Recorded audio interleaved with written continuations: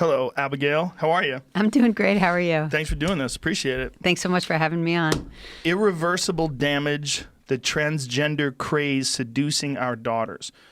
Boy, that's a hot button subject, right? This is a minefield. It shouldn't be, though. No? It really shouldn't be. No, it shouldn't be, but so I think we should probably establish some things like up front, right? Some people surely as adults are transgender. Of course. Yes. Of course. I interviewed a lot of them. And we fully support that. Absolutely. Right? Okay. I have friends who fall into that category. Your concern is about very young children. That teenage girls has Teenage nothing girls. to do with adults who are transgender. Okay, many of whom are amazing people. They, went through mental health, therapy, and they made this decision. They suffered with discomfort in their bodies from the time they were young. And as adults, they made a decision to transition. Fully support them. Has nothing to do with my book. What was the motivation to write this book? And if it's about teenagers, why is there a very young girl on the cover? Well, this is like the cover. It looks like a little girl, 4-year-old. Right, it does. I mean, obviously I didn't do the cover, but I think the cover is very good because I think it's supposed to evoke what we've lost in a whole generation. Well, yeah. What is that? I assume her uterus. Oh, it's just infertility crazy. is looks what's like a pillow. Yeah. Oh, infertility. Yeah, that's what happens. I mean, I got involved in this. This wasn't a personal issue for me. In fact, it was an issue originally I thought I was going to avoid. A reader wrote to me. I write most often for the Wall Street Journal, and a reader wrote to me, and she said, listen, I've tried to get every mainstream journalist to pick this up. No one will touch it, but my daughter got caught up in this. All of a sudden, she went off to college. All of a sudden, with her friends, she had a lot of mental health issues, anxiety, depression, and all of a sudden, with her group of friends, they all decided they're trans, and she went on hormones, and this is happening to parents all across the country. Teenage girls all of a sudden deciding with their friends that they're trans, wanting surgeries and hormones and getting them. And at first I thought, I don't need this. And so I tried to get another journalist to take it up, a real investigative reporter. I'm not. I'm an opinion journalist usually. That's what I've done. And I couldn't get someone to take it up. Because it's such a minefield. Yeah, because it's a minefield. Because for some reason the activists who are not representative of transgender adults that I've met at all, but the activists had convinced the world that because, they object to anyone's transition being questioned, we can't talk about a mental health issue facing teenage girls. Now, I've heard there's an issue with some teenage girls who are on the spectrum who wind up getting sort of roped into this idea that that's what's wrong with them. Is that one of the things you cover in your book? Yeah, I actually don't deal with that specifically very much. And the reason is that's a whole book in and of itself. Because it is true that a lot of girls who are high-functioning autistic, and I did interview some experts in autism, and that's when I realized that's a book of its own, which is that a lot of girls who are high-functioning autistic, they tend to fixate. And they are particularly susceptible to fixating on the idea that they might be a boy when it's introduced to them. So, I know exactly what you're talking about. And they are one part of this phenomenon, but they're a big part. So the teenage girl part, you're talking about teenage girls that are susceptible to influence, or are you talking about teenage girls that are confused? Like, why are there so many teenage girls that are going in this direction? Like, what do you think is happening? So these are the same girls that would have been anorexic, they would have been bulimic, and they are high anxiety, very precocious girls, but they don't really fit in. They come to high school and they don't have friends, they don't have a clique for them. And they're so smart and they're so lonely because they're on the internet all the time and they're with mom all the time and they don't fit in at school. And this is a way to understand their pain that they're really feeling. They're in pain, but they decide that their problem is that they're supposed to be a boy and the fix is testosterone. So you heard of this problem. You knew of people that their children were going through this. And how long did it take you before you decided to commit to pen to paper on this? So I spent maybe a month or so just hearing the reports of the parents and reading the original study. There's an original study that the book is, jumps off from, which is the Lisa Littman paper at Brown University. She's a public health researcher who looked into this. And she found that there was all of a sudden this huge epidemic in America of teenage girls deciding they were trans with their friends after social media emerging and pushing for hormones and surgeries. Have you had a conversation about this with someone who's a trans activist that says, well, maybe what's really going on, I mean, I'm just taking the argument of it. Maybe what's going on is there are a lot of trans women and there would be more, or there's a lot of women who would turn trans, become a man. There would be more, but they never had that door open to them before, and that maybe there's more trans people than we think. Amazing. So it's a great point, and I thought about it because I tried to look. I'm a journalist. I like to look at ideas in both sides. I did not have a dog in this race. So let me tell you 3 reasons I don't think that's compelling. Number one, when Lisa Littman looked at the prevalence rate, she found that it's 70 times what we would expect within a friend group, which means it's highly concentrated in groups of friends. But there's 2 other reasons. So we wouldn't expect that if it were randomly distributed among the population. But there are 2 other reasons I don't think that's right. Number one, if we're just reverting to normal now that there's greater societal acceptance, right? We're just reverting to a normal base rate of transgender women. Why are all the women in their 40s and 60s coming out as trans? They should be coming out. Now's their time. Now's their moment. We should see tons of women in their 40s and 60s and so on coming out as transgender. But we're not seeing that. We're seeing the same population that gets involved in cutting, demonic possession, witchcraft, anorexia, bulimia, and convinces themselves there's a problem.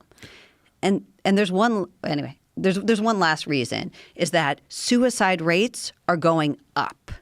But if these women who were living under a prior, supposedly these real transgender people who are living under a more repressive regime and are now just finding themselves, you would think the suicide rate would be going down with greater acceptance. So when you're saying suicide rates are going up, you mean suicide rates with teens who turn trans? Both. That's the rate of suicide among this population, first of all, among girls in general, is extraordinarily high. This is just one part of the mental health crisis they're in. And second of all, we know that the rate that these trans-identified kids have very high rates of suicidal ideation. It's really, an area of real concern. There's definitely an area of real concern as well with social media. Did you read Jonathan Haidt's book, The Coddling of the American Mind? Yeah, and it was on your show that I really this light bulb went on when I rewatched it, because he talked about exactly this. He connects it to social media, and he talked about on your show the huge rates we're seeing in anxiety, depression, among these same girls. And, putting it together with Lisa Littman's research and the other investigation I've done, I think it's really pretty clear that one more manifestation of these girls who we know are involved in a lot of cutting and all kinds of self-harm, this is one form of self-harm for them. So there are so let's essentially say there's young teenagers that are confused and they're looking for something that makes them feel whole, or something that makes them feel normal, or something that gives them some sort of an escape from this angst that they suffer from.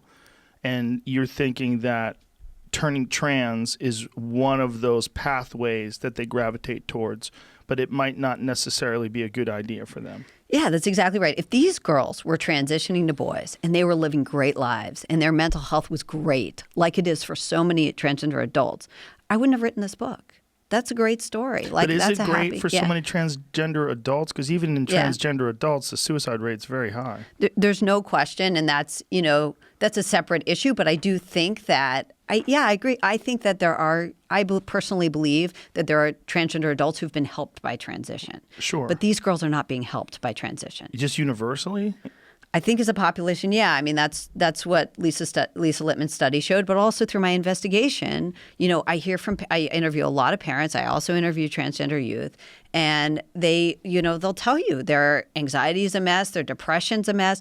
Transition's not curing these girls. They drop out of school, they cut off their families. They're not living a great life. It's it's such a strange call, right? And I mean strange. I don't mean strange in a negative way. I mean you're dealing with hormones in a human body. Like you're taking a woman and you're injecting hormones into her body, and you're saying that these exogenous hormones are what's going to fix her. And I never understand that. Like if so, this is my argument about this. Like, how do we know? How do you know that that's what's going to do it? And when you are doing that, what damage is being done? So it's one thing if someone's a 25-year-old woman and they say, "I have always wanted to be a man, and I think I'm a man. I think I'm born in the wrong body." But when you're going through this developmental cycle from 17, 18, 19, 20, there is a lot of chaos. Right. There's a lot of hormonal chaos. There's a lot of confusion. I don't think there's anything specifically that you can point to that could say some sort of an intervention chemically, some sort of if you just step in now and start injecting this body with male hormones, this is going to fix all your problems. But yet it's really popular to do that. It's really popular. These girls are getting it on their own diagnosis. So they're just going in and self-diagnosing. Nobody questions it. We now have informed consent, which means you walk into Planned Parenthood, you sign a waiver, you decide you have gender dysphoria, you walk out that day with testosterone. Planned Parenthood is doing this? Yeah, it's one of the biggest distributors. So you don't have to have some sort of a long, transitional therapy session with You can get your breasts removed with no therapist note. Whoa. Yeah. So you could be a confused 18-year-old girl and walk into a Planned Parenthood self-diagnosing with no therapy at all, and they'll prescribe testosterone, and you can get your breasts removed? Absolutely. You sign a form. Oh, wait. You don't get your breasts removed at Planned Parenthood, though. Sorry. No, we didn't say that. You can also get your breasts removed from, surgeons. Surgeons, some of them require a therapist note. I interviewed them in my book, some who do not. And there are, both kinds. Jesus. That's a big decision, right? That's a decision that you can't really come back from. What did the surgeon, have you talked to surgeons about this? What do they think? They think that... Obviously, we're generalizing. Right. They think a couple of things. I mean, obviously, there are a lot of surgeons who refuse to do it. So I interviewed them as well. They say, you don't destroy the biological function. Like, I didn't become a doctor to destroy someone's biological function for, something that they've decided they have without even, any oversight or... But the ones who do it say, look, this population is really desperate for surgery. It's a civil rights issue. If I'm giving them what will seem to bring them comfort. The problem is that there's no follow-up to see how their mental health is afterwards. The surgeon is basically a mechanic, right? They just remove the tires and send you on your way. Yeah, the problem is we're not cars. Right. It's all connected. So unfortunately, very often the mental health deteriorates. I mean, I talked to one young woman, Desmond, who's amazing, and she decided in high school she was trans. She got celebrated everywhere. Her teachers, her therapist told her, yeah, you're definitely a man. You're supposed to be a man, affirmed her everywhere she went. She got on testosterone, and it caused uterine cramping, which can happen.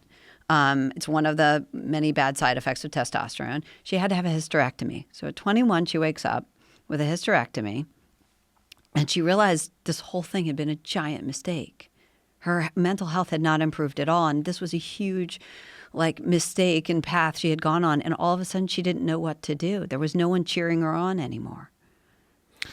Why do you think people get cheered on for this decision? I think in America we have a weakness for anything that gets cloaked in civil rights, and part of that is very noble and good. Obviously, the civil rights movement was extremely important in our country and extremely, valuable and valorous. But now anything that gets called a civil rights issue, you can't question. So I interview parents, and they'll tell me they're almost all politically progressive. Okay, most of the parents who call me are politically progressive, and I interviewed almost 6 of them now. And they'll tell me, I support LGBTQ, but I'm not sure this is right for my daughter. I don't think she's really gender dysphoric. She's getting worse. What is going on here? And I'll say to them, would you take away her binder? Binder is that compression garment they wear to flatten their breasts. And they'll say to me, oh, I can't do that. I mean, I support LGBTQ and whatnot. And I'll say to her, sometimes I'll say to them, would you give her cigarettes? Why don't you give her cigarettes? Because a binder will deform breast tissue. It can cause rib cracking. It can cause shortness of breath. I wasn't aware of these binders. So this is something like a corset. Yeah, but right. So it makes them look like a man. So it's got to squash. And if you're, a big-breasted woman, it's going to squash even harder. I mean, it's going to really try to flatten you to give you the physique, the appearance of a male physique. So, but it's just an appearance thing, or is it? So that's just an appearance thing. 16-year-old girls don't usually go straight to top surgery. They start with a binder, or 13, 14-year-olds. So do you think that something about people are really susceptible to praise, right? When they lean towards love and they lean towards anything that celebrates their actions.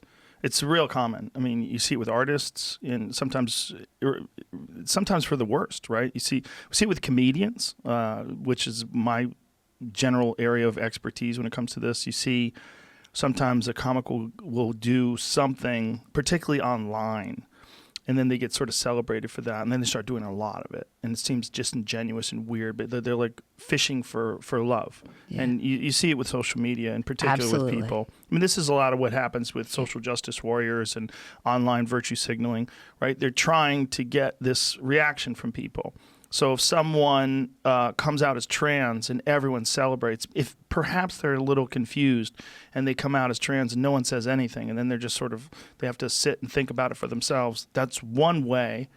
But if someone comes out as trans and everybody says, that's amazing, they want that feeling of that's amazing. That's exactly right. So I talk about this in my book. I interviewed this young woman, Benji, who was going through a really hard time in middle school, really hard. And at 13, she got really into these YouTube trans stars and who promised testosterone was like the greatest thing ever. And she decided to start an account on one of the social media sites, and she came out as trans. And everybody congratulated her. This is a girl who was lonely. Everyone was telling her, this is you should be, I'm so proud of you. Yeah. I'm there for you. I'm your glitter family.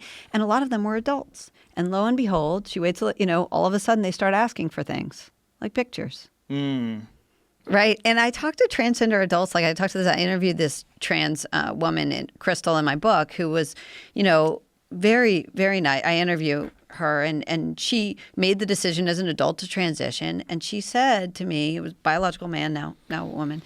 And she said to me, when Caitlin happened, it was a nightmare for me. Because I had been going wrong in my job. I know I didn't look perfectly like a woman, but I felt comfortable. Now I had people crossing the street to hug me. She said it was embarrassing. I had people in restaurants stopping to celebrate me. Well, it's on one hand, see, this is where I'm torn. Because on one hand, if you are trans and you do feel better about this, but you're confused how people are going to react, and then all of a sudden people are celebrating you. Like, yes, this is great. I love the idea of an accepting society and people are open, loving, and happy that someone is making this transition. But on the other hand, I'm very aware of the influence of the masses and of just people's love and praise. It can shift you one way or another. I mean, it's like a classic scene in a movie, right? Where there's a boy who doesn't want to get involved in manly things, but his dad's like, come on, son, I want you to do it. And he just does it for his dad, but then he feels bad about it. Like, that's classic. Like, human beings are so malleable. We're so easily influenced. That's exactly right. And that's what people miss. Teenage girls, they can convince themselves of lots of things because they're going through a hard time, right? Sure. Puberty is hard, not having boys like you. And now you had social media. They don't have a chance at looking like these Facetune celebrities or even their Facetune friends. Right. So they feel terrible about themselves. Yeah, that is one of the things that Jonathan Haidt talked about in terms of social media, like the comparison of each other. I mean, and what you're talking about, Facetune, is perfect too. I don't know if there was which one was it? Chloe, the face one. Okay, Khloe Kardashian took a photo and put it on Instagram, and it's not her. I mean, it's just not her. It's not her face. And a friend of mine, she sent this to me. She's like, "What the fuck is going on?" And she showed me that while they had photoshopped her photo, they had accidentally removed part of her chain.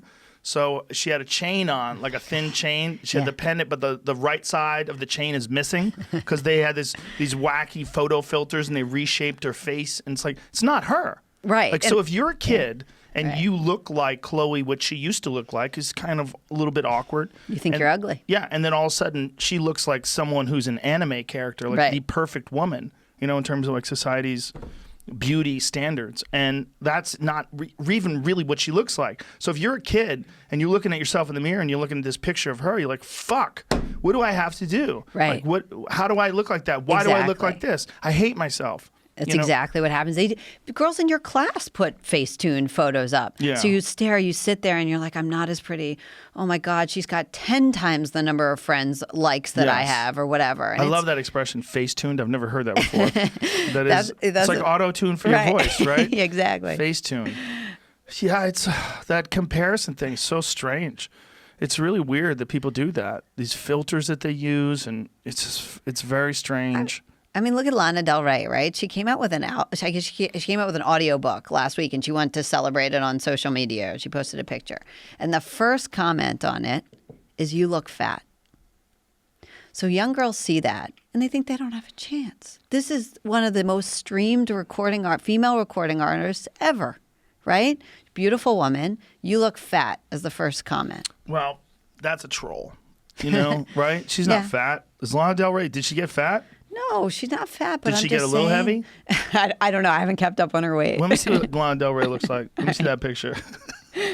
I want to know. I mean, there's one thing. If she actually got large, that's just a mean person.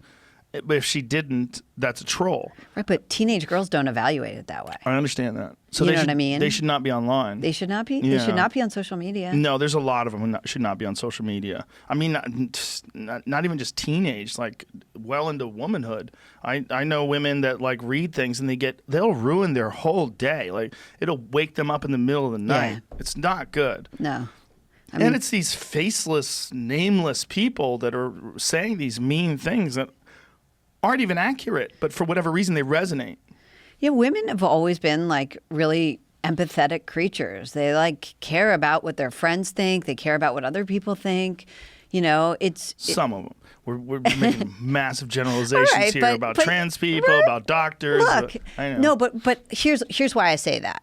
Because there's a reason that social contagion spreads among teenage girls specifically. Okay? Because you don't see tons of boys going around becoming anorexic because their friends are. If a teenage boy is depressed, his friend says to him, let's go play basketball or video game. He doesn't say, let's sit and talk about it. And because girls try to take on their friends' pain very naturally and meet their friends where they are, and they take on the pain of other people, especially their girlfriends, they are more likely to share and spread a peer contagion, like anorexia, like cutting, and like trans identification. That's fascinating. You're talking about these mental health disorders like they're a contagion, like they're actually contagious. Like you can give it to your friends and your friends can take it on as well. Right. Well, we know this, right? Anorexics, they are always really careful when they put them together. They have to be on hospital wards because we know that it will cause it to spread. Anorexia will become more severe and they'll spread it if you put a bunch of anorexic girls together and you don't take precautions to make sure that they're not just encouraging each other to lose more and more weight. Well, that sort of phenomenon exists in men as well, but it exists like if like a good aspect of it is if you have friends that are very ambitious and work really hard, you'll want to be ambitious and work really hard as well. And if you have friends that are losers and they want to drink and just waste their life, you tend to gravitate towards that too because you get reinforced by the behavior and the acceptance of your peers. Yeah, and men are more competitive, for sure. Yeah. I think men are more outwardly competitive. If their buddies doing, I see it in my kids. If I say to one brother, your brother's doing this, all of a sudden I have the other one's attention. What does Lana Del Rey look like? Well, what do you got? What's her Instagram? Photo. Why is it not working? It's been, see, it worked. There it goes. Do we need a new box? There's her book, but there's nothing on there. I mean, there's. Where's the image? She doesn't look a little fat. That's outrageous. Which one did you see where they said she was fat? I think it might have been that one. I don't know. The one on the audiobook. Yeah, that's I think a it was video. the first one. Was it a video or was it a photograph? It was a photo, I think. I just looked at it. I don't know. Yeah.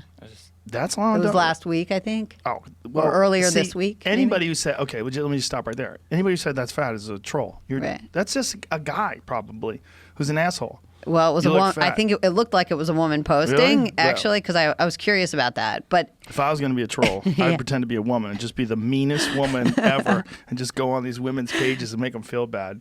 I think there's a lot of people, men and women, that really enjoy hurting people's feelings online. Yeah. You know, if you look at that woman right there and you say, you look fat, well, why not say you look like a giraffe? Because Right. both of them are equally inaccurate. She doesn't look fat at all. right, but teen girls aren't good at like assessing that. So, for instance, Of I talked to course. one detransitioner. So she had gone on testosterone and regretted it, came back. Detransitioner. Yeah, So she- detransitioner, young woman, Helena, brilliant young woman, and I really, learned a lot from her. And one thing she said to me was, everybody just cares about how perfect you look today and how feminine. And at the time I said to her, I was interviewing her, and I said, well, wait a second, hold on. What are you talking about? Like, I just saw A Star is Born with Lady Gaga. She's not perfect looking, but she's an awesomely talented human being, like a woman that every young, actress and singer should be looking up to. And she said to me, and I'll never forget this, she said to me, are you kidding? Do you see how they talk about her online? And I realized I was only listening to her albums and seeing her in the movie. But Helena was looking at social media, and she was seeing women, even as amazing as Lady Gaga, torn apart. Yeah, again, this is the problem with social media that we kind of discussed in the green room about the percentage of people that are really fucking stupid that are posting. You're getting a lot of people. See, if you just have people commenting on things without knowing who they are, like if you work in an office and you have a bunch of people in your office that you respect and they're your peers, and they say, Abigail, I think this, and you go, that's interesting, Mary, because I respect your opinion, so I'm going to have to take that into consideration. But if you just read some no face, no name, you don't know who the fuck it is, blocked account, and they write something mean, you will take that into your brain the same way you'll take your friend Mary, who you respect and love. It's a problem with human beings, the way we process information. If we don't have, like, if you know that someone's a moron, they say something to you, you're like, well, Mike's a moron. Everyone knows Mike's a moron. It's clear.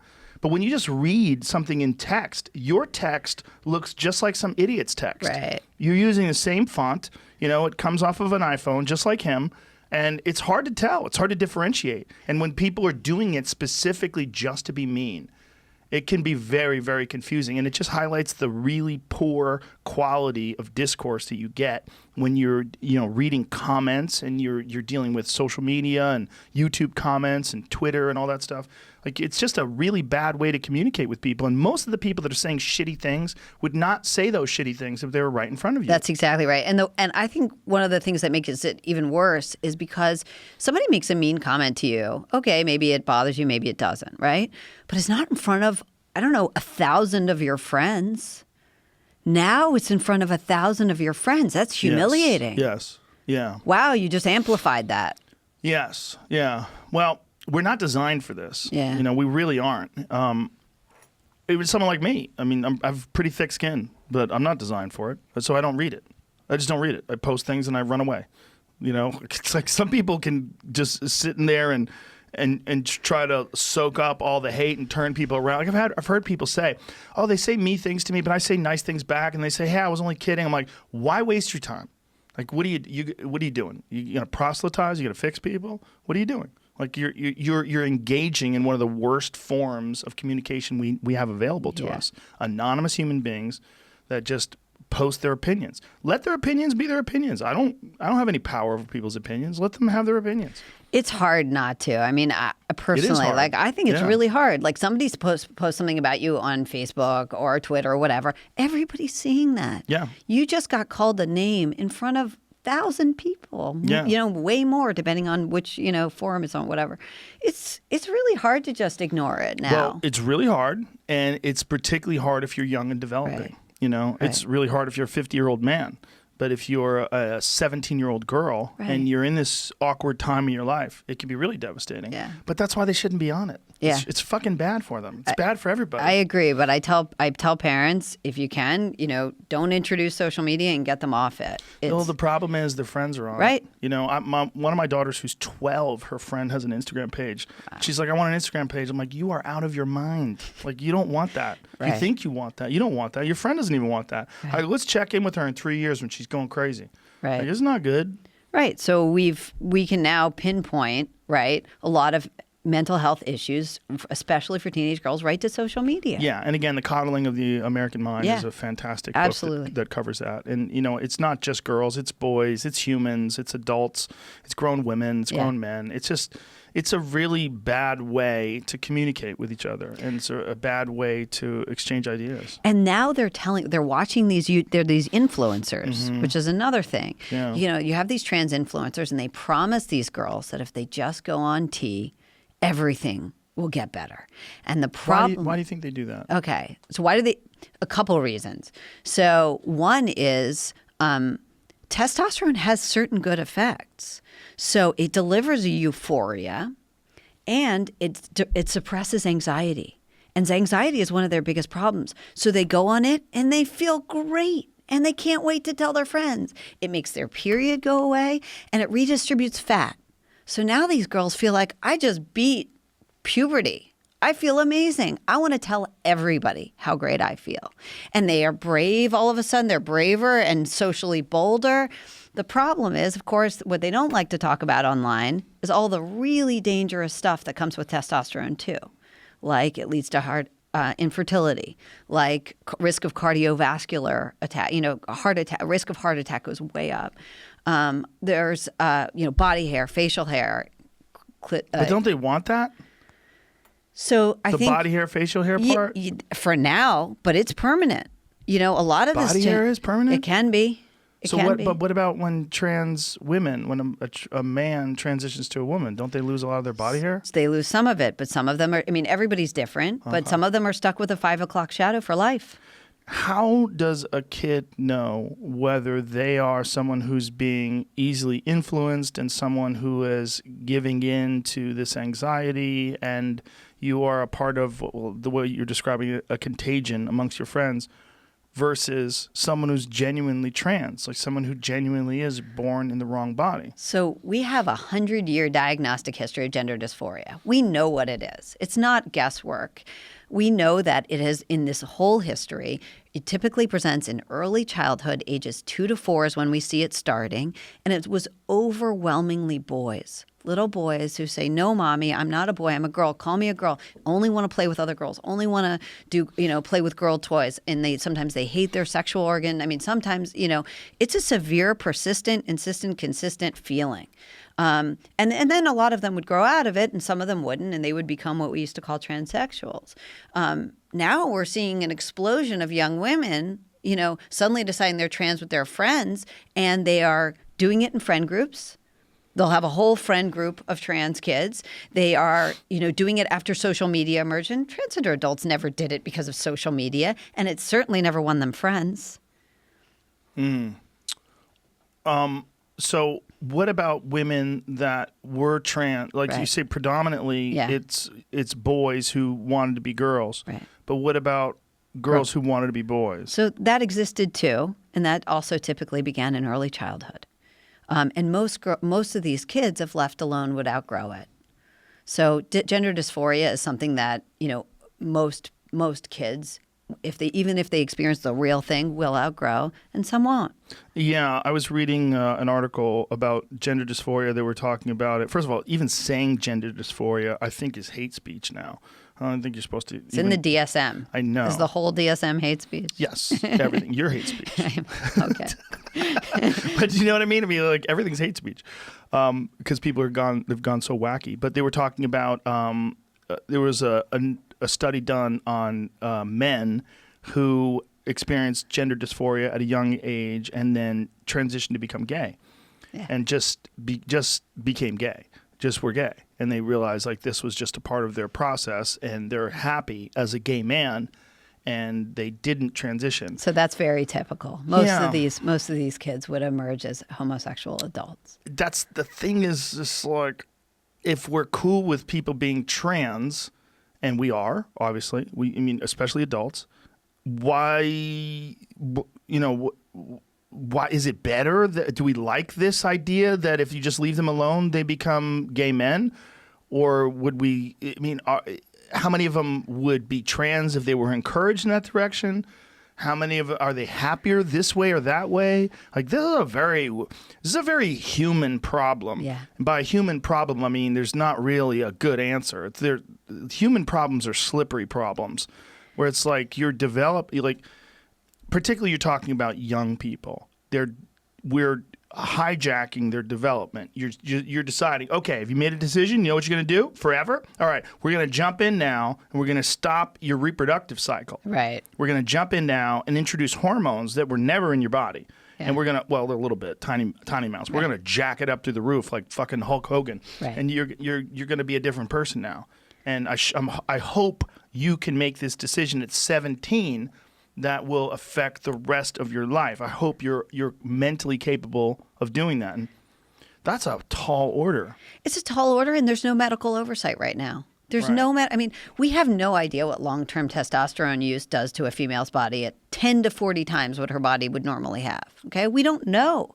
We can talk about the risks, but we don't know. But it's not presented to people as a highly experimental medicine, which it is. It's not reviewed by an institutional review board.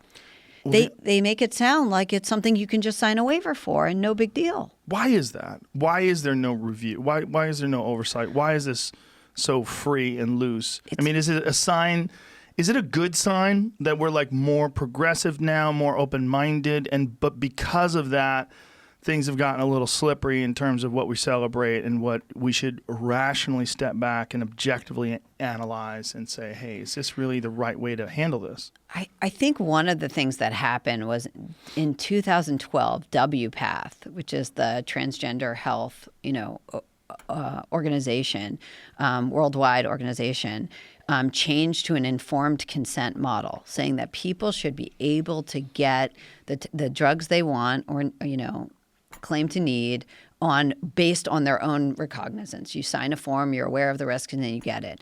And the problem was maybe they felt that there was too much gatekeeping, as they call it, or too much questioning. They felt, that there were people who weren't getting the medical care they needed. The problem was you hit 18, and the age of medical consent varies by state. In Oregon, it's 15. It varies. And you hit that age, you can get it. You walk out the door with it. In Oregon, it's 15? Yeah. That's crazy. Yeah. You're not even a fully formed person. No. And you don't need your parents' approval. Oh, my God. We were talking before we got on the air about children, like really young children transitioning. You were saying that most people who transition know when they're very young. That is a real... that's a hot button topic for people, children and hormone blockers and children. Yeah.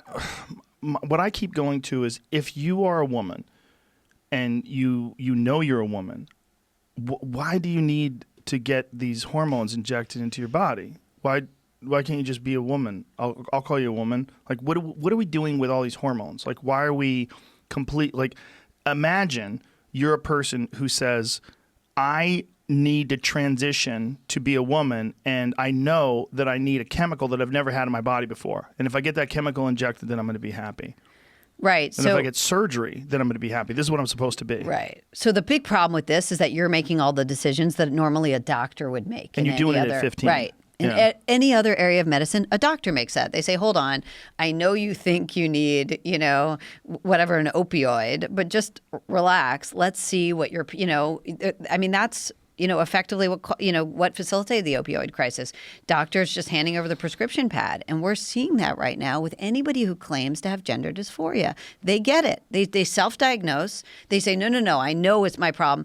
They don't have a mental health professional who says, oh, wait a second, hold on. You have very high anxiety, depression. You have a lot of other mental health stuff going on. Let's deal with that first. Any therapist who dares to say that might violate one of the 19 conversion therapy laws we now have in 19 different states. There's is 19, conversion I think it's 19, therapy? yeah, which bans so-called conversion therapy, even on gender identity, which means that therapists could lose their license if they say, hold on, I know you want to transition. I know you think your problem is gender dysphoria. Let's talk about some of your other problems. Wow. So a therapist, if you're a 15-year-old kid and you come to a therapist and you say, all my friends are going trans and I think I'm trans too, the doctor has to essentially go with you on this little path you're on? The doctors feel that they have to. I mean, the number of associations, American Medical Association, Endocrine Society, I mean, you name it, American Pediatric Society, all these medical professional organizations, most of them have adopted affirmative care, which means their job is to affirm the patient's self-diagnosis with regard to this one issue.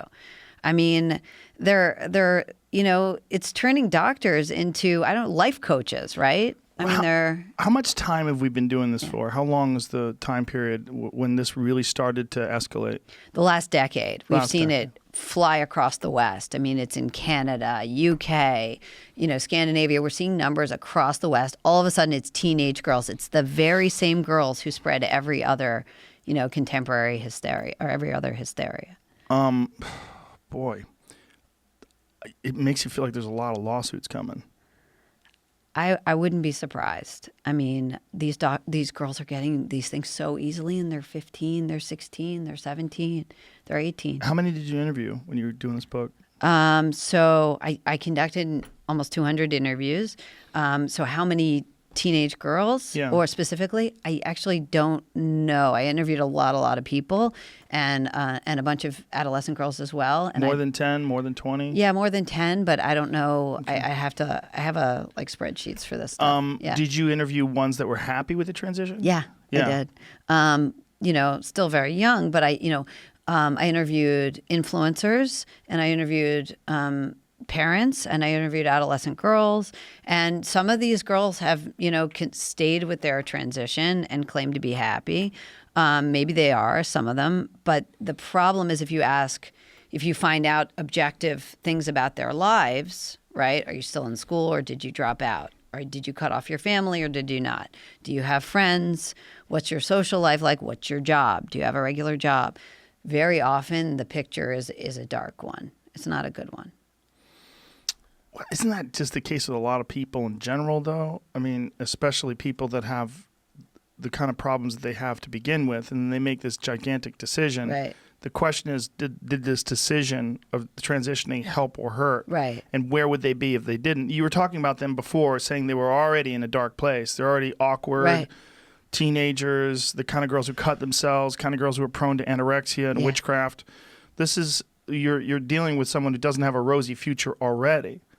Right, but I think we used to call that angst, teenage angst. I mean, they got past it. The problem some is, folks. yeah, you're right. Not everyone, but now they're getting prescriptions. They're changing the whole course of their lives so easily with no medical oversight. What kind of numbers are we talking about? Like how many people are doing this? Okay, so the numbers are harder to track in the United States because we don't have centralized medical care, But here are the numbers that I can tell you, okay? So gender dysphoria used to afflict 0.01% of the population, so 1 in 10,000 people. So probably no one you went to high school with.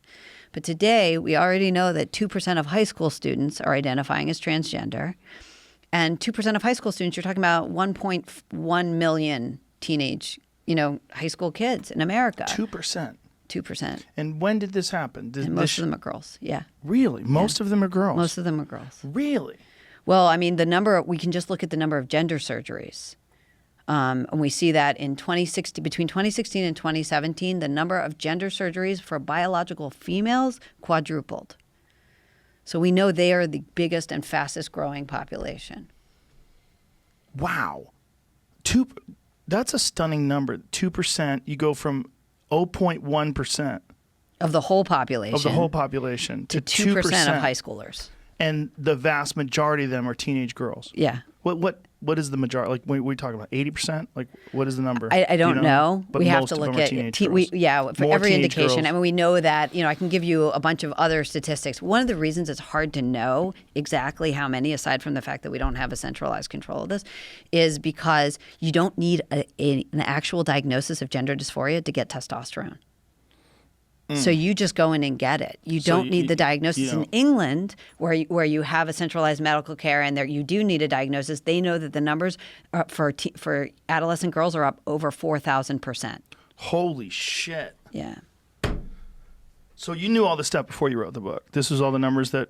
Well, no, it came out in the course of writing it. Yeah, some of it. So that had to kind of affirm your idea that this was a real problem. I mean, everywhere I looked, it seemed to be a real problem. It wasn't, and nobody wanted to talk about it, but it's real. Well, it's because like even when we're talking about it, I'm like, oh, here's a landmine. Oh, here's a landmine. Like everything we're saying, like if you talk at all about trans people, you run the risk of pissing people off and offending people and staying out. You know, you're going into an area where it's unless you are 100% in support of their decision and their rights, and you celebrate them, you're going to get in real trouble. Right, but that's why we have this problem. Yeah. Because nobody will talk about it. Because parents will call me and say, I've been pro-LGBTQ my whole life. I just don't think this is right for my daughter. I can't even talk to my friends about it. I'll get fired from my job if anybody finds this out. But my daughter's not, she's got a lot of problems, but gender dysphoria is not one of them. Like, I don't think this is right, and I don't think it's going to cure her. And if you have to work and you're at work all day, you know, how much time do you have to even convince your daughter? Your daughter's with her wacky friends 8 hours a day. And she's on the internet. And the problem is her school's already filled out a form calling her Jimmy, right? For a year. They don't even tell you. Whew. And for the people that don't think people are easily influenced, that's how cults start. Cults don't start because they make sense.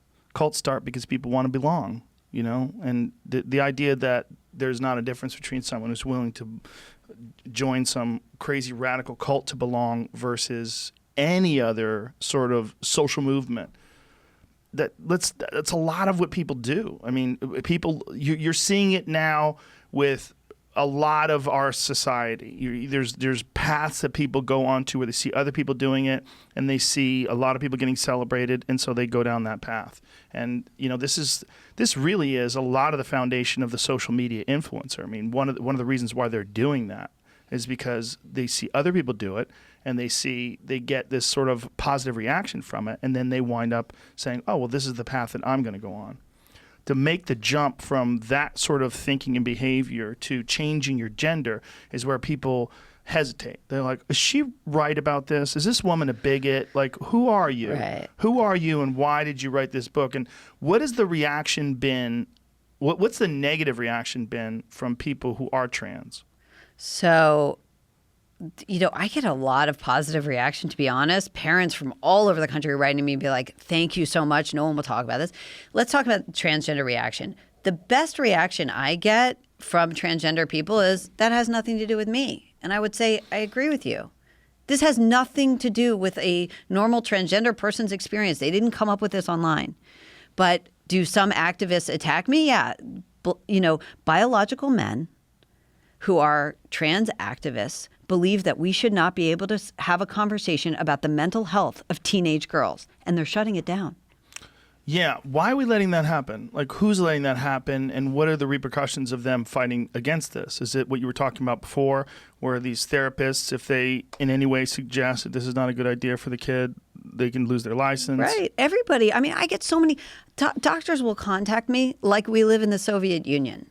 They will say, oh, my God, I can't talk about this, but I really, you know, I have to let you know that what's going on here is crazy, and I don't agree with this diagnosis, and it's clearly socially influenced, and, you know, all this stuff. And you think, like, you can't give your medical opinion without getting fired?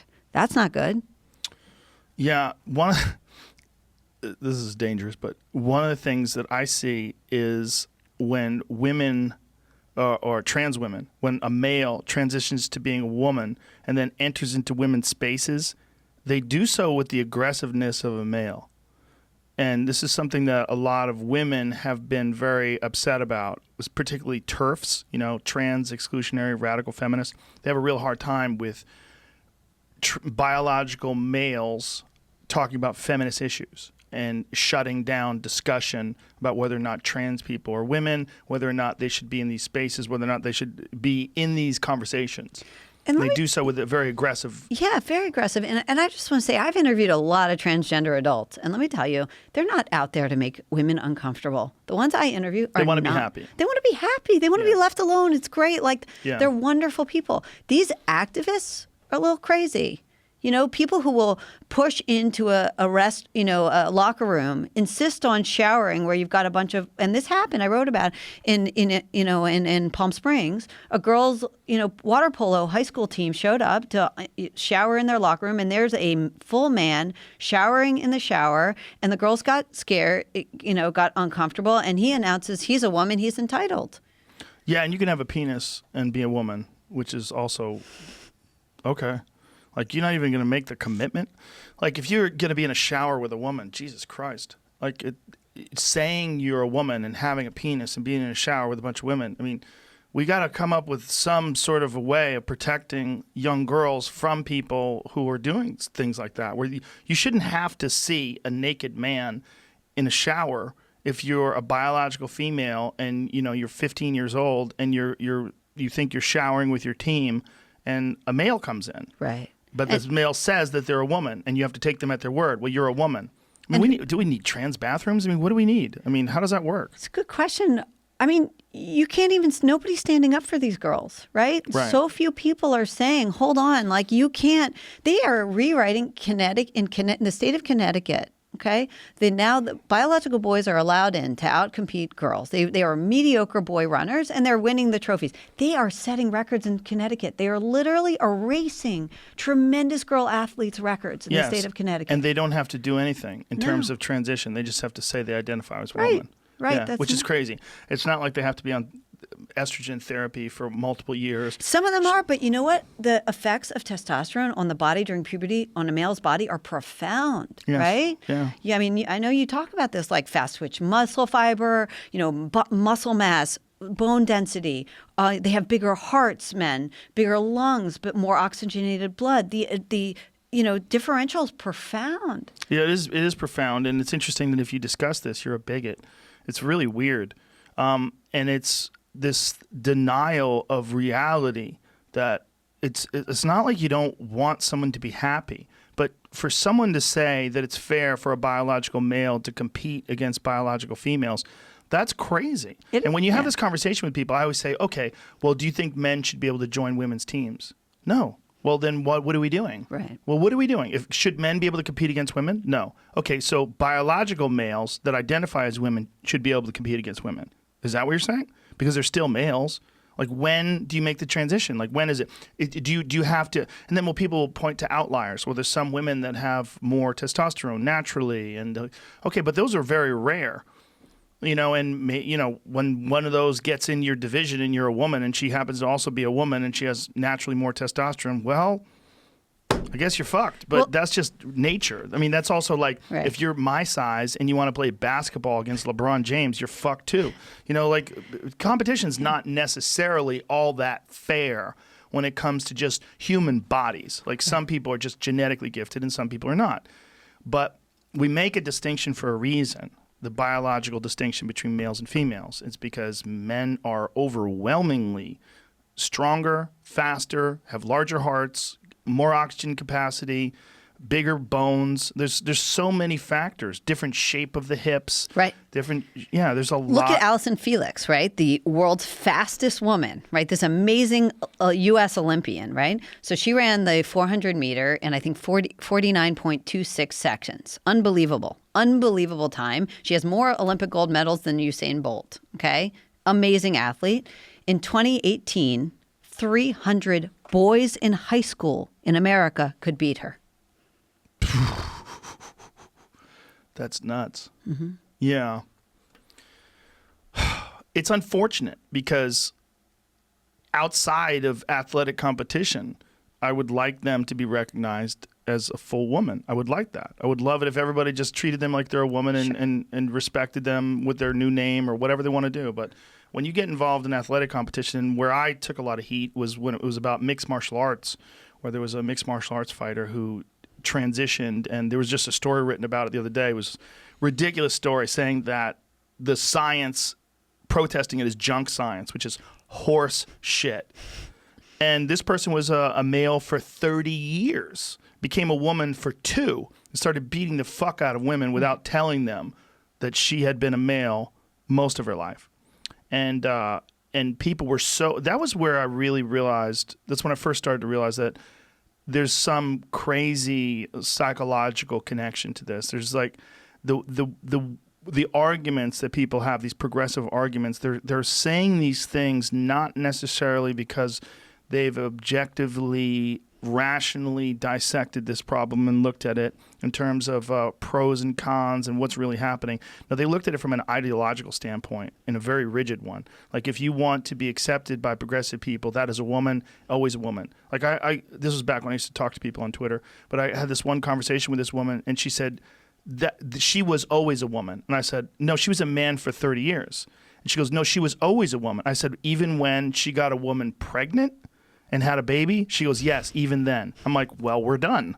Because that doesn't make any sense. We're in la la land. Right, like, but you're talking whatever crazy. your ideology, women are getting beaten to a pulp by Fallon Fox, Yes, right? they were. Well, they here's- were, but you know, I mean, look, who's standing up for women? That's the problem. Biological women get fucked because the idea is that trans women in this Olympics of oppression, women they're deemed higher on the scale. They're more oppressed and more marginalized than biological women. So biological women get fucked over in this design. And because so few people are trans, this person can do this and everyone can celebrate, and if you're not competing against her, so what? Like, no one has a stake in the game, so they don't really care. And the women that fought her without knowing, see, I'm in full support of people fighting her if they know that she used to be a man. If that's what you want to do, I'm in full support of people skydiving, riding bulls, you want to jump motocross bikes and do flips, do whatever the fuck you want, but you should know what you're getting into.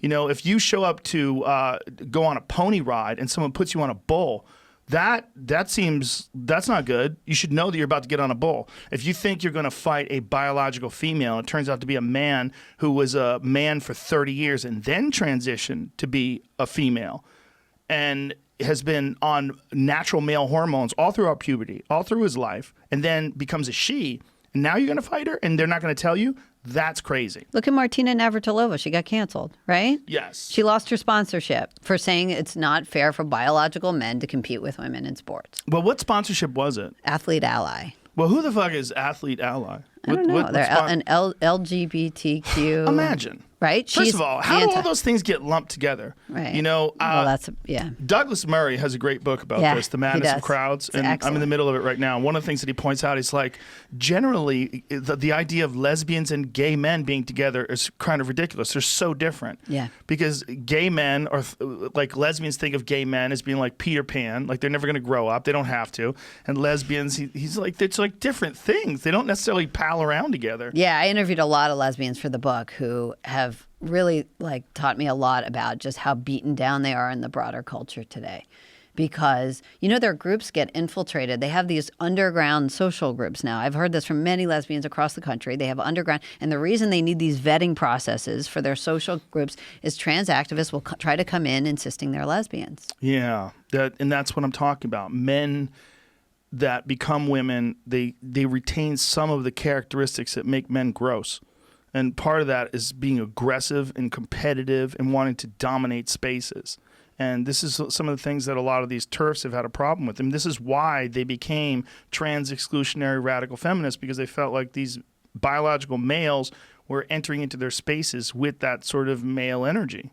I mean, even the name TERF, like, they don't call themselves, nobody calls themselves, I mean, I guess they do now as a joke, but like, that was a derisive term. It was like any woman who stood up for women was a TERF. Yeah, it's so weird, you know, because you can't say, like, there's this thing where you're supposed to say a trans woman is a woman. But you're a trans woman. No, but you are, right?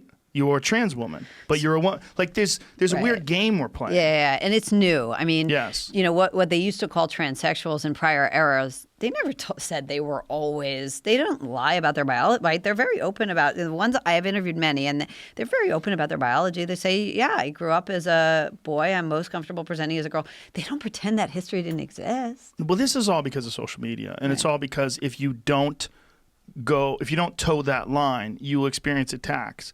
And if you read those attacks, they'll hurt your feelings. And so then you adjust. And I've seen people do that. I've seen people say things that they really believe and then get attacked and then adjust and say something that is more to appease the masses than it is their actual thoughts on the matter. And it's hard because they can get fired. You know, you can get in real trouble. It's so funny. I think you're right about this, actually, because I really do, because I think social media has more to do with suppressing speech than anything else in a sense. Because, you know, it's like these parents will call me and they'll be like, you know, my daughter says she's a boy and it's getting worse and worse. The more I go along with it, it's getting worse.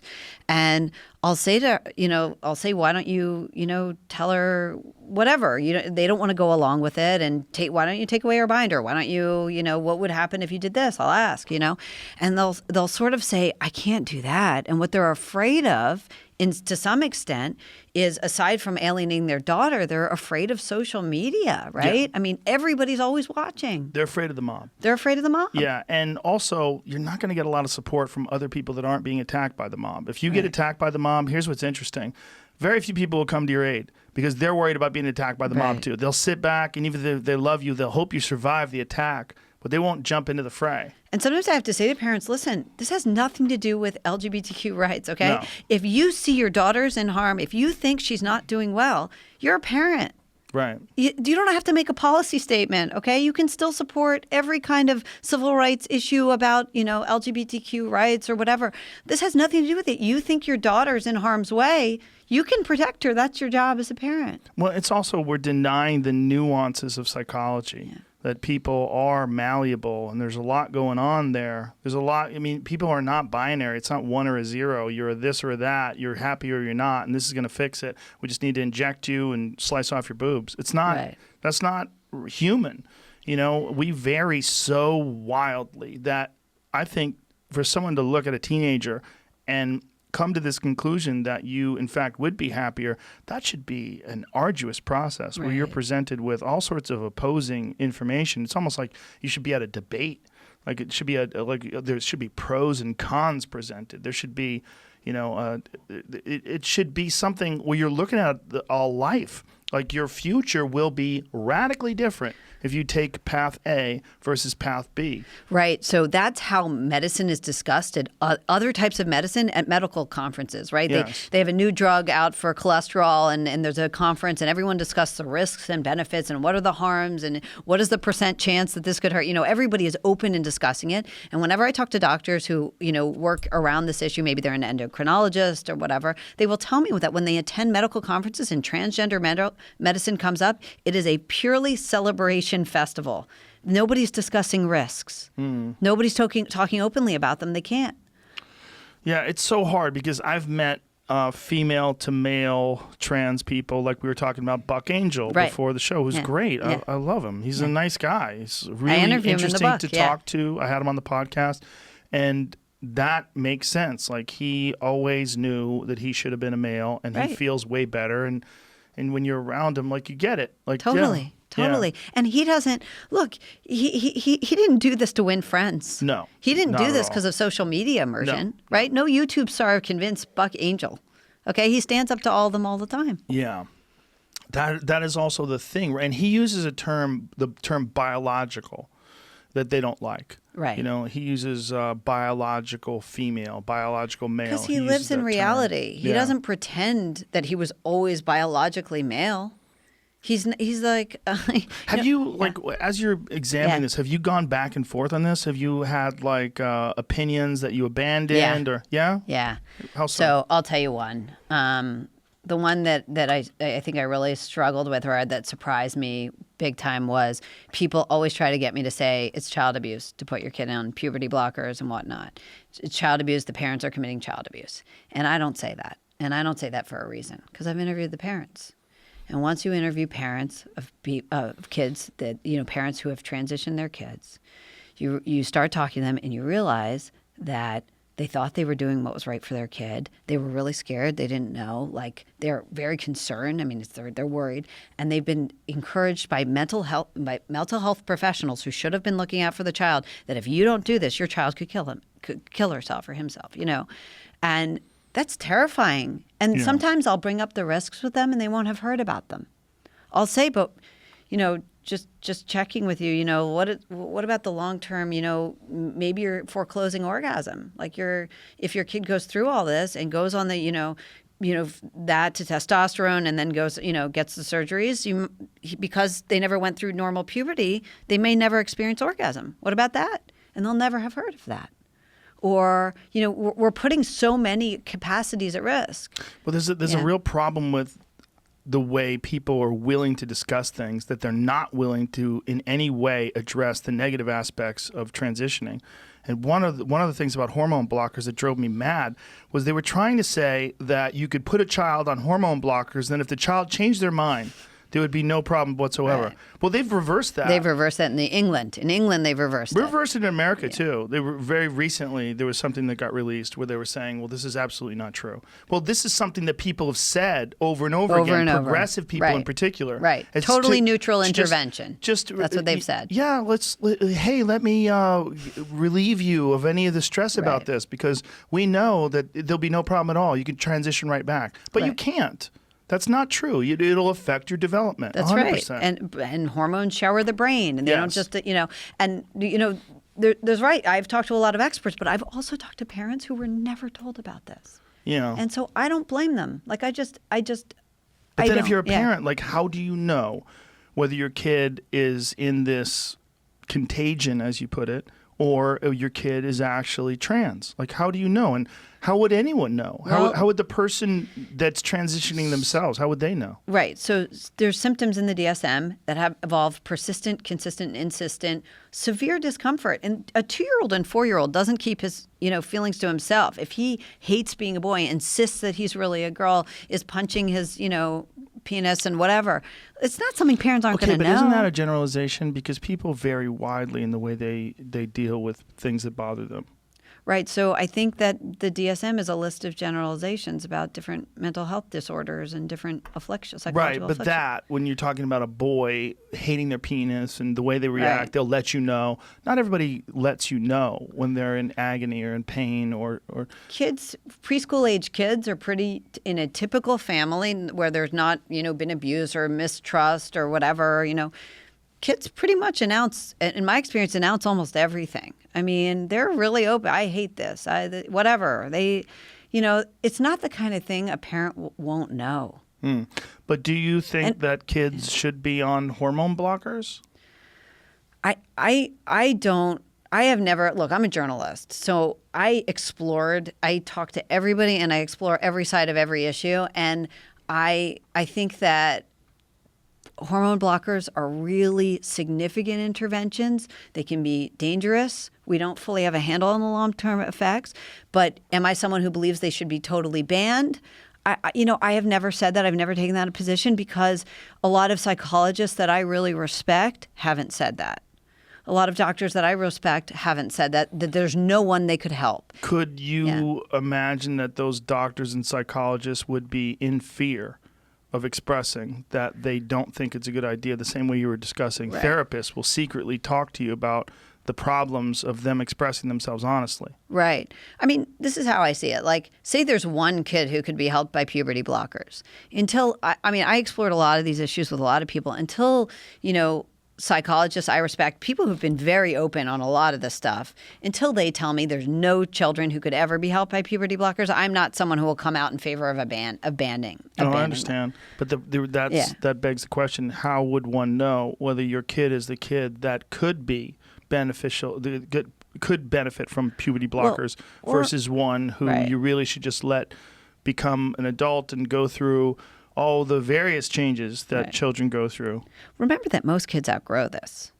So that's what I'm saying. Right. So not doing anything, not doing a major intervention is probably, in many cases, a totally safe bet. In other words, you Yeah. don't have to go in there and immediately. I mean, part of what's crazy about our age is we think the moment our kids are in distress, we need to medicate them. They can never be upset, right? Yeah. We are, pushing this accommodation of every discomfort and everything our kids say. And it's pretty safe to say that there's going to be a lot of people listening to this that don't even want us talking about this because you're a stereotypical biological female. I'm a stereotypical biological male. And maybe a lot of people would say this is not even your space to be discussing. Right. So I'm not an expert in psychology. I wrote about a pure contagion affecting teenage girls, and I can't talk about that either. Yeah. In which I let the experts talk, in the book. I mean, that's what I did. I put together, studies, and I mean, that's what journalists do. We just put together the material based on who we interview and what they had to say and their expertise and their research. And you know what? It's getting shut down all over the place. People How so? I've had podcast hosts write to me and say, I'd love to have you on. It's too hot. Really? Yeah. They'll say to me, basically, and what they don't say is, a bunch of trans activists are offended that you're talking about teenage girls, the mental health of teenage girls, not the activists, right? Who are mostly biological males. This is teenage girls' health. Like, why can't we talk about it? I mean, I've had my publisher, they're trying to get my publisher to drop me. There's a huge campaign for that. I mean, it's like, I've used this example before, but like abortion. Some people say abortion is just a woman's issue. No one else can have an opinion about it. And other people feel different ways about abortions. Other people feel, wait a second, it's not just about a woman's health. It's also the life of this unborn child. And so, people feel differently. Like, who's allowed to have an opinion on abortion? But this issue that I'm talking about is just about the health of teenage girls. That's it. So why can't we talk about what's going on with these teenage girls? Why can't we try to get them some help?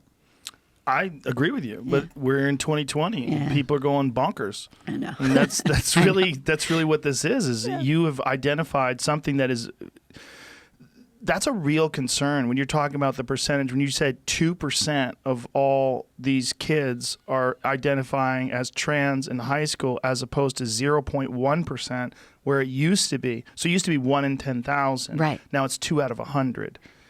Just in the high school Just in high population. school, yeah. I mean, it's like, And that's a lot.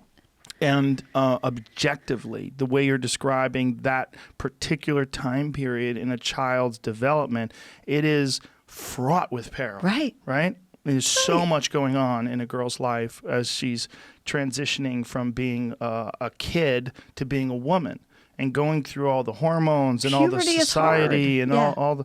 all the chaos of school and social stuff. Right. Yeah. It's the hardest period for any woman to go through. It's so hard, puberty, right? Except now these girls are being taught in school and they're being encouraged online. You have an escape hatch. Yeah. When you've had some discussions, you were talking about a discussion that you had on a television show with trans people. How do they react to this?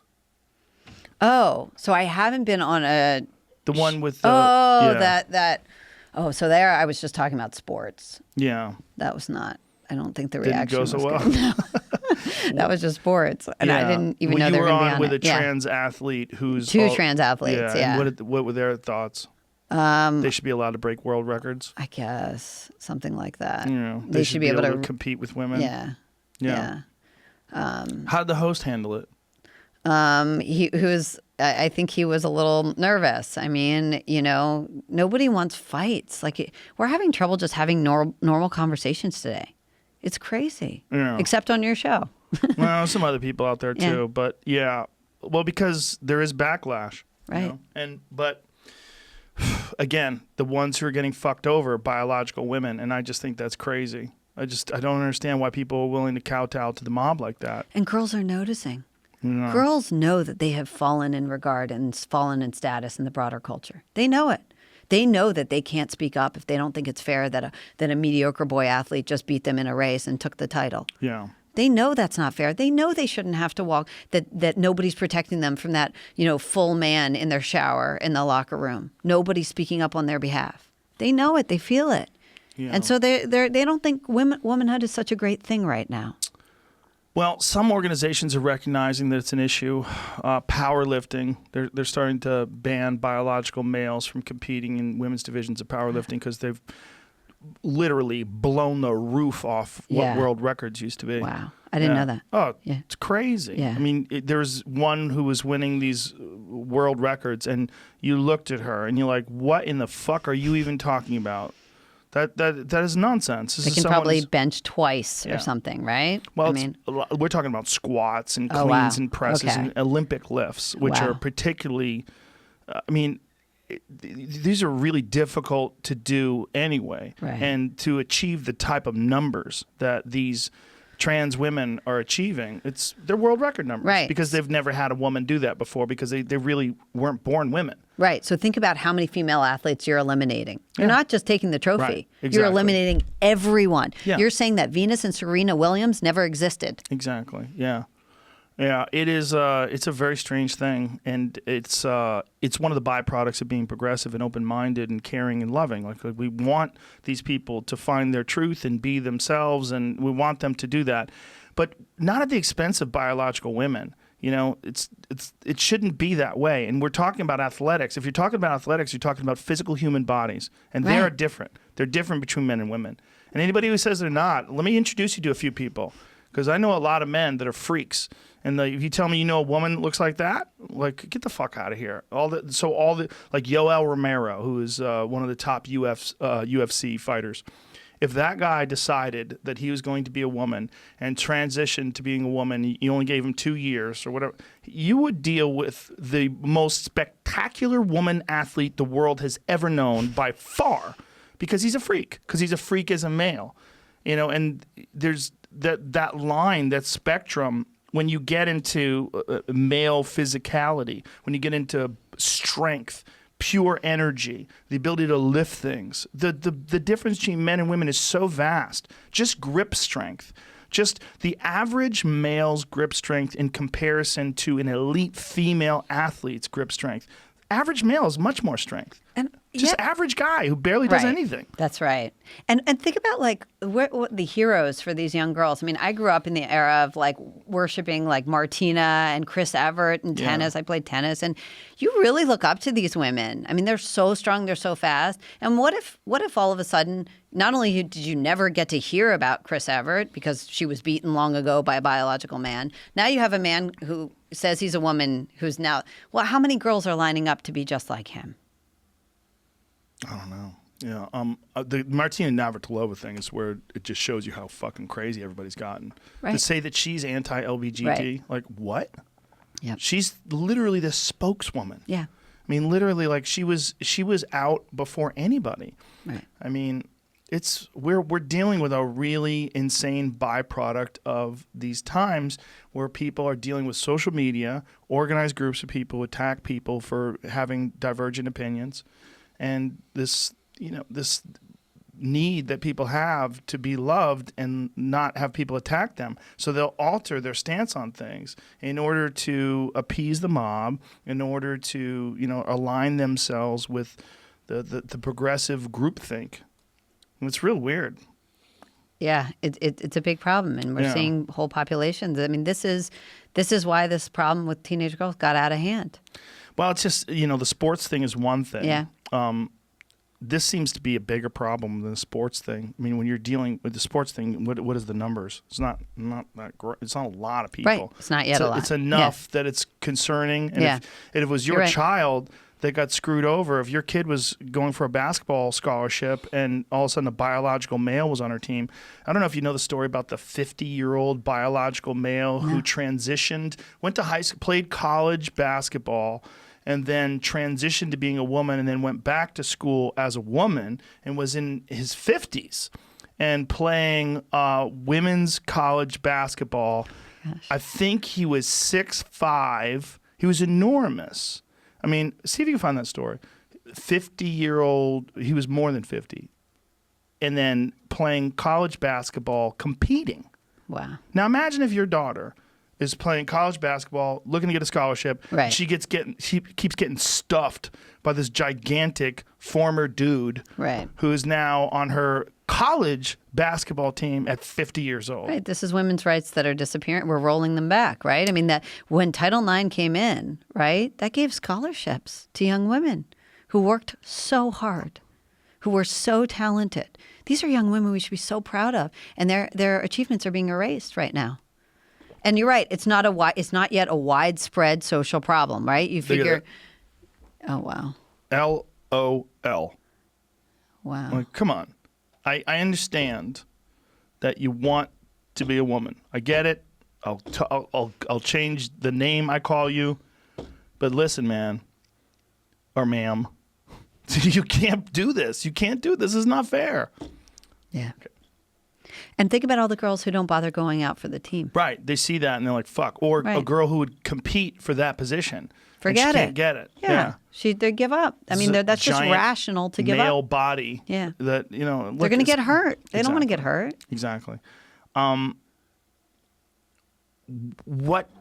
you say that you've experienced all this, what's the best way to describe it? Pressure on your publisher, people are angry at you. What have you ever thought you shouldn't have done this? You shouldn't have written this book? Has it ever been enough of a pain in the ass that you were like, I made a mistake. I shouldn't have entered into these waters? Has that ever entered? Yeah, I mean, of course, right? I mean, I think people like the book a lot. Thank God they like the book. They're happy. It's a good read. But do I like all the negative attention? No. I mean, I'm not a provocateur. Like, that's not my thing. I'm just a journalist, and I looked into a mental health issue, and it makes people really angry. And do I like that? No. But this is how I see it, okay? This is how I saw it as I was going through, but I believe this, okay? What's in this book is the truth. It's a real story. It's a real phenomenon. I'm irrelevant. If I didn't write this book, eventually some other journalist would have. So all the anger at me is silly. Read the book. Disagree with it. Maybe there's some, maybe you don't think I got something right. Tell me, fine. Or don't tell me. Write an article about it. But if I hadn't written it, somebody else would have. Because it's what's going on. It describes a real phenomenon. And I think these activists would prefer to keep scaring people to the point where nobody does read this. Right. Because they think being trans should never be questioned. Nothing about being trans ever should be questioned.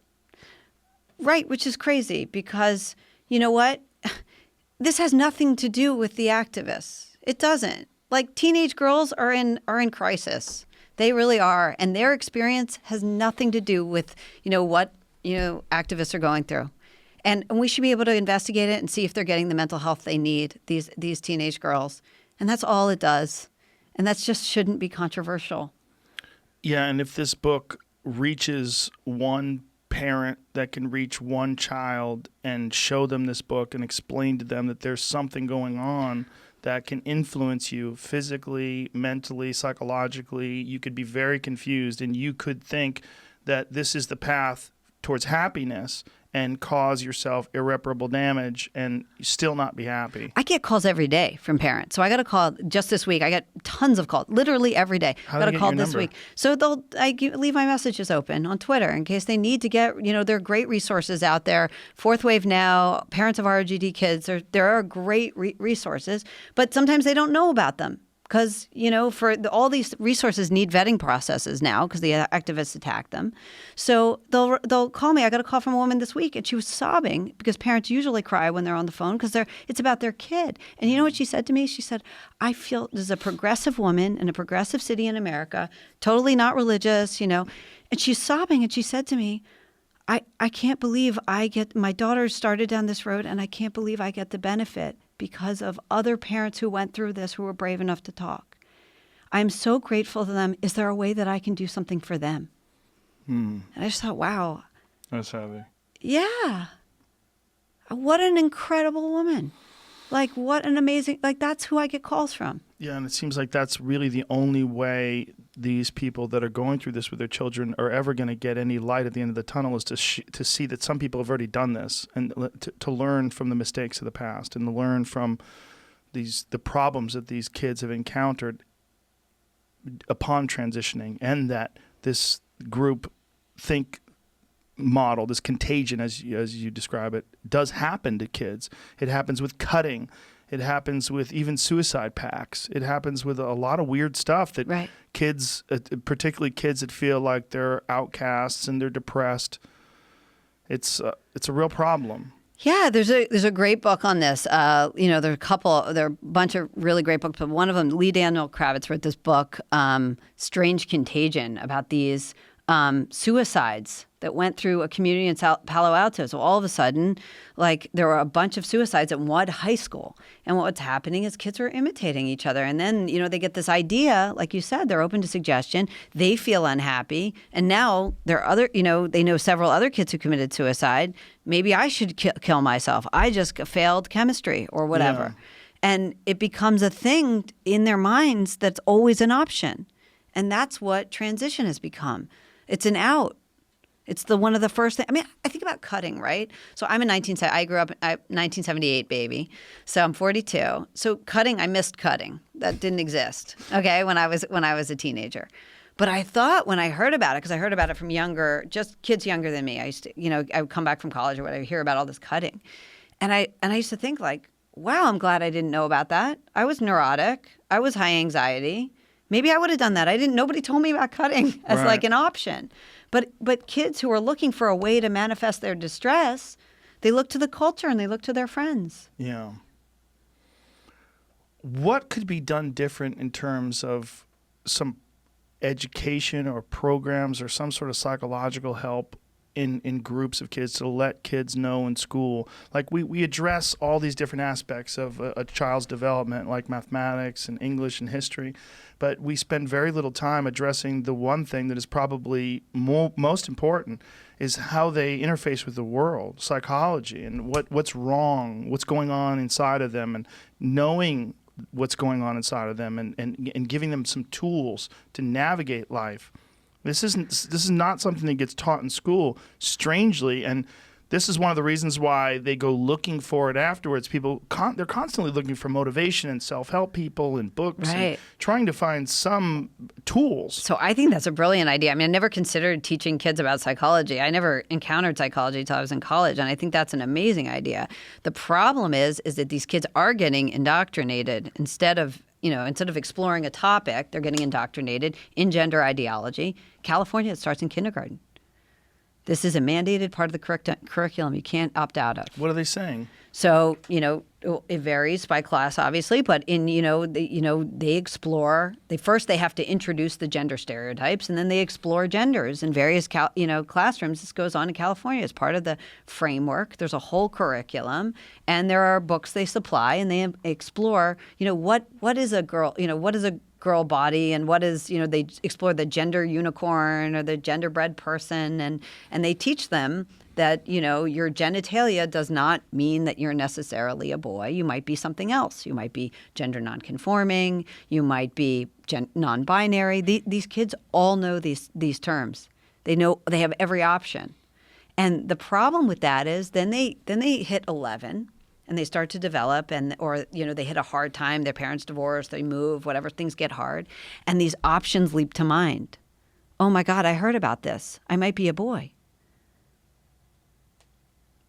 That seems crazy that they're teaching kids that early. Or just and to teach them that, I mean, like how comprehensive is this class? I mean, how much time do they spend doing this? Are the parents involved? Do the parents get to see what's being taught to them and I never discuss it with them? Very often parents will ask for the curriculum and not get it. And there are all kinds of ways they supply it. There's digital libraries they provide in California to the teachers. And there's all kinds of, ways that this is taught. Sometimes it's taught with videos, and there is curriculum, and it's supplied. The curricula are usually supplied by activist groups. And it's very confusing. Parents, parents aren't allowed to opt out of this in California. Really? Yeah, because it's not part of the sexual education curriculum. That you're allowed to opt out of. It's part of the anti-bullying curriculum. Whoa. And you can't opt out of anti-bullying. Everybody has to, treat each other well. So it's also the word activism. It sounds like you're doing a good thing. Like all activism is under the same blanket, whether it's, anti-racism activism or, gender nonconformity, non-binary, 50 different pronoun activism. And, it's a lot of it is indoctrination. It's indoctrination to progressive groupthink. And it's not necessarily what you would really think of when you think of activism. You think of the civil rights movement. Right. You think of activism. You think of positive things and changes that we want to take place. But when you're dealing with children and developing human beings and minds, and you're dealing with an influential person who's standing in front of these people who's older and wiser, supposedly, and they try to bend these minds towards the ideology they support, things get real weird. And if you're a parent and you're not aware that this is happening to your kid while your kid's at school, I have a buddy of mine who found something like this out was happening at his school, and then he got a hold of the paperwork, and he was furious. He was like, "This is crazy. Right. Like, what are we doing to children? Has this been vetted? Is this something where we're all in agreement on this sort of education process for children?" Right. So they're reading books like I Am Jazz in California to kids, and that suggests that you might, and it tells kids that you might have a boy's brain in a girl's body. They are being taught this as if this is true, right? Now, of course, there's no evidence that you could ever have a boy's brain in a girl's body. I mean, that doesn't make sense, right? But they're taught that alongside things that are factual, that are biological. But if someone Yeah. is a trans person, so Right. if you are a boy who feels like you should be a girl, Right. wouldn't you think that is how you would describe it? You have a girl's brain in a boy's body? Oh, I don't think so. I mean, there are some evidence that there are neurological differences. That is certainly worthy of study. I mean, it's open to various kinds of interpretation, and it's a new area that's being studied, and there may be differences in transgender people's brains. There might be. I certainly would not say that there aren't. But a boy's brain, I mean, every cell in a boy's body is stamped with an XY chromosome, right? So the idea that somehow an XX chromosomed brain got stuck into his head is kind of silly, right? It's sort of more like tooth fairy stuff. Yeah, it would be fascinating if it was true. I mean, imagine if you could run a scan, like, oh my God, your brain's pink. Look, Right. now we know what's wrong. Right, exactly. Yeah, it would be wonderful if it was that simple. Like, oh, you have a cavity. Right. We can give you a filling. Right. Yeah, it's it's such a hot button subject, and when this gets discussed, anytime it gets discussed on this podcast, or I'm assuming on any podcast, it just people explode and they get so angry about it. But where people are getting more and more sensible is when it comes to sports. I mean, that seems to be where the rubber hits the road. It really does. It seems to be where people are going, hey, this doesn't seem right, and particularly like the fighting one to me was like so egregious and so obvious. I'm hopeful that this is a transitionary period for our culture, and that we realize, like, yes, you should be kind. Yes, you should be progressive and open to all these different people that have all these different ways of being and existing in this world, but not at the expense of other people. And not in particular, like, let's not pretend that 6'5" gentleman who's 50 is the same as your 18-year-old daughter who's in college, because it's not.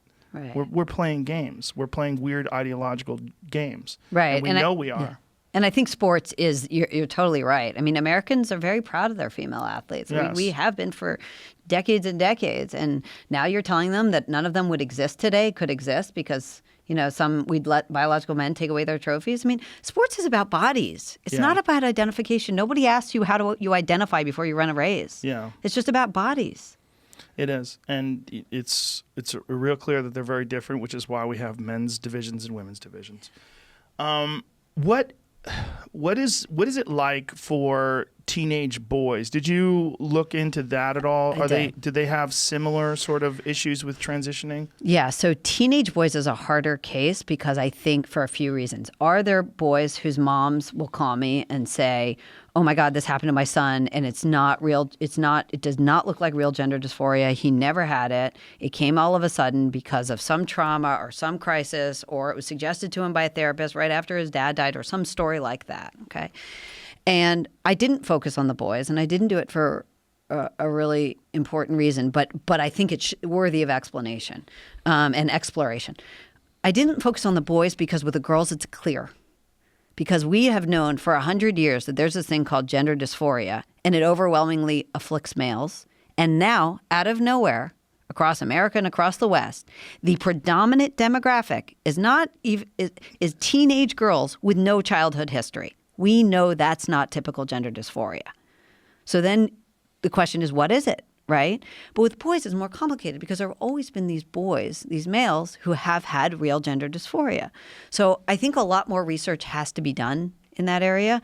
And the problem is, it's hard to do it, right? Lisa Littman, who's the one who did the study on the teenage girls, she's been trying to study detransitioners. She's doing great studies on detransitioners, women who regret it, because, well, all people who regret it, but a lot of them are now women. And the reason, of course, they're now women is because they never had gender dysphoria, so they weren't cured by medical transition, so now they regret it, and they're called detransitioners, right?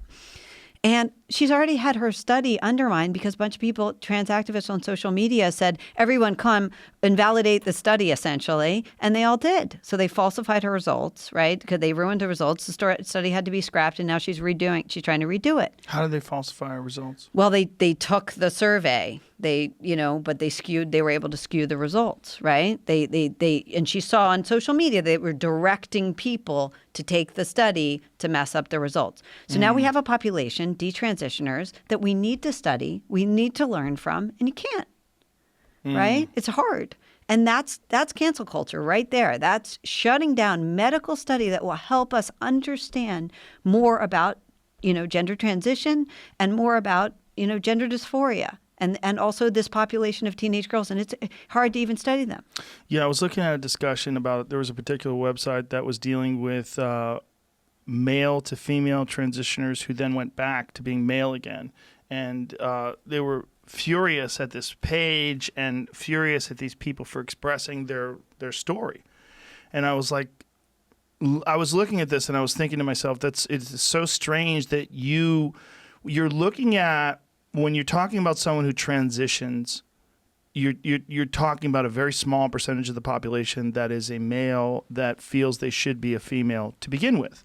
And then you have this surgery and you have this chemical or hormonal intervention, and you change your body and you change who you are, and then regret, and then coming back. And they were so vehemently opposed to this website. I'm like, couldn't you imagine, imagine a person who's gone through this change. So that you are very different than someone like Jamie, who doesn't have this issue, right? Who's just a man. You know that people are different.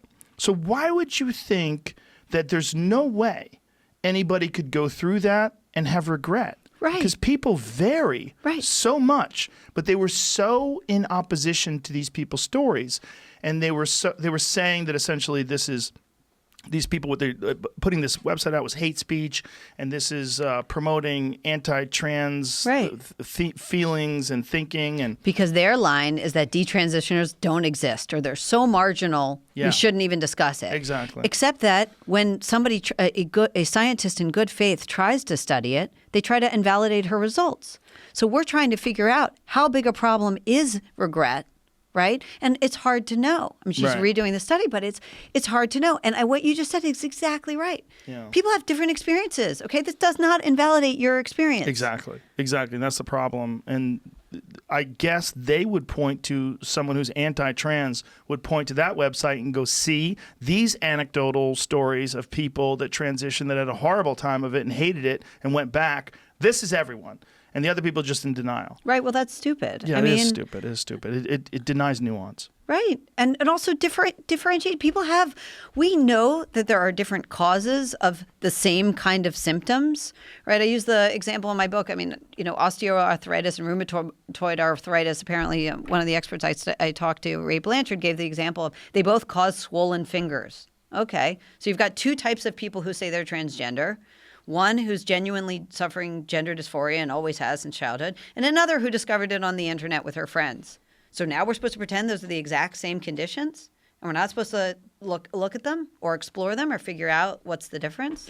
Now, when you have you ever presented this discussion to someone who opposes you, and or this argument to someone who opposes you, and how do they treat that? Just what you just said right there, which is very, very concise. I try. I've engaged with all kinds of people online, and I always invite people to talk to me in a reasonable way. I can't think of, a good, response that well, let me think. Okay. So sometimes people will say, and I get this, and I actually think this is a good response to me. They'll say to me, but if you make it harder, if your book makes it harder, number one, people are going to misconstrue it. They're going to think this applies to everybody, which is a legitimate concern, right? And then somebody who's really gender dysphoric, who needs these surgeries, won't be able to get them, right? And also they're going to think that everybody would regret, and no one's helped by transition. And some of these people might, come to harm because of that.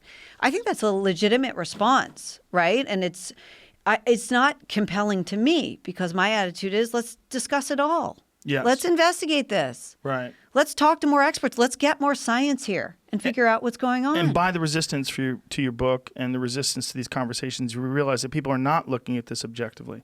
This is not something that everyone's looking at all sides of it. They're not. They are activists. Right. They have this agenda. This agenda is very ideologically driven, that anybody who even thinks they might be trans, should be trans, and the more trans people, the better. And the more kids that transition, the better. And then they say, but some are gender fluid. So the activists will say some kids are gender fluid. And you say, well, then why would you push, permanent hormonal intervention and surgeries on someone who might later decide that they were fine as a woman, right? I mean, that you've just acknowledged with gender fluid. I mean, this thing is all over the place. I have surgeons. Surgeons will give this surgery. They'll remove healthy breasts for a woman who says she's non-binary. Okay? So she doesn't even say she's really a man. She says she's non-binary now. Well, wait, I thought the whole point of the surgery was to help this woman become who she really is, a man. But now you're saying that you'll give it to, 16-year-old girls who say they're non-binary. The medical explanation seems to be shifting. And if we're supposed to accept people as they are, shouldn't non-binary people just be themselves? Like, why are we introducing hormones into their body? Yeah. Why is that the best approach? This is what's so confusing. If someone feels they were born a woman, why can't you just be a woman? Like, if someone feels they're born binary or asexual or whatever, or gender fluid, just be who you are. I think in part because of social media, Yes. and in part because of the gender ideology in the schools, everybody needs their little identity. Right? So we're dividing people up like insects, right? Everybody needs their special bucket, their special label. Well, that was one of the weirdest things about the Caitlyn Jenner thing, when she transitioned and then had surgery. There was an interview where she was saying, well, I finally did get the surgery. Not that I wasn't completely a woman before the surgery. And I was thinking, well, why would you get the surgery then? Well, did she get the bottom surgery? The Do you bottom know? surgery. That's what they call it. Is that what they call it? Yeah. Yes. Oh, I didn't know that. Yes. Yeah, she got the bottom surgery. But that was her argument, was that she was completely woman, all woman before that. We're in La La Land. Right. So that's religion. Yeah, right? exactly. I mean, that's not science. You can't say I was always a woman, but then the surgery will make me a woman. I mean, the hormones made me a woman, but I was always a woman. Right. The surgery makes me a woman, but I was always a woman. The quart of estrogen every couple of weeks. I don't know. Whatever we decide, as a group, it's very confusing. And then people say, why do you even care? Like, why is this something that you're obsessed with? Well, I care about people, and I care about weird shit. I care about when things get weird. And when I see teenage girls, and I have all daughters, when I see teenage girls and I see this issue that you're talking about, where 2% are succumbing to this. I know how awkward it is. I've seen it. I know how awkward it is for everybody growing up. Growing up is fucking crazy. Yeah. I mean, you have no idea what the future holds. You don't know if you're going to come out on the other end okay. You just don't know.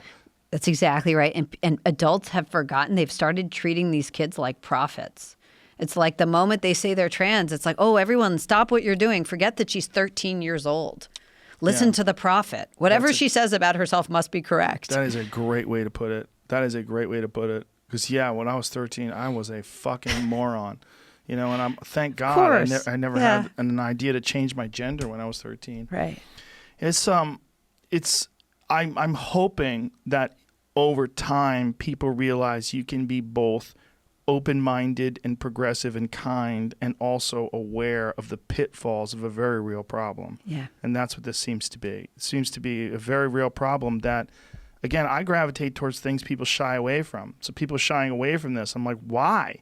Like, why are we shying away from this? Why is everyone so scared of this trans subject? Why is everyone so scared? And, well, it's because of social media. It's because of these activist mobs. They're not doing themselves any good, and they're not doing the whole idea of being a trans person any good, because they make people associate trans people with the types of mobs that attack Martina Navratilova, the type of mobs that go after these studies that show detransitioners and what their experience were and fuck up the study. And you know what? Transgender adults reach out to me online all the time and say that. They say to me, I'm embarrassed by this crazy activist group. I don't want people to think that I'm like that. I don't support, their mobbing. And I just say that, whenever I'm interviewed, I say, listen, this is not, the activists don't represent all transgender adults by a long shot. So where do you go from here? What's your next book going to be about? I don't know. Take something a little less, I don't know. Flowers. Yeah, right. Exactly. This is my favorite flower. Something real easy. I mean, what have you written about before this? Have you written books before this? No, Or is it's this your just, first book? I write for the Wall Street Journal most often, and I write so this is opinion your first journalist. book This is my ever. first book. And, it's like one of those things, like once I got down the rabbit hole, I thought, wow, this is really true. And I gotta, I realized something, nobody could write about it. I had teachers telling me they couldn't speak up about what was going on in the classrooms. I had therapists afraid, doctors afraid. And I realized if journalists aren't going to talk about this, who will? Yeah. Well, I'm glad you did. Oh, thanks. I really am. And I'm glad we got a chance to talk about this. And I hope people listen to this with an open mind and just listen to it. And this doesn't discount anyone who's trans. It really doesn't. This is not what we're talking about here. And if you are trans and genuinely trans and happy being trans, you should want people to understand that there's other things going on. Right, That exactly. that we're not talking about you. This is a condition that young girls are facing as they become adults and going through these crazy hormonal transitions and social transitions, and it can damage them. Yeah, that's exactly right. Thank you, Abigail. Thank you. Everybody, it's called Irreversible Damage, The Transgender Craze Seducing Our Daughters, and it's available right now. Thank you. Stay offline. Don't read the comments.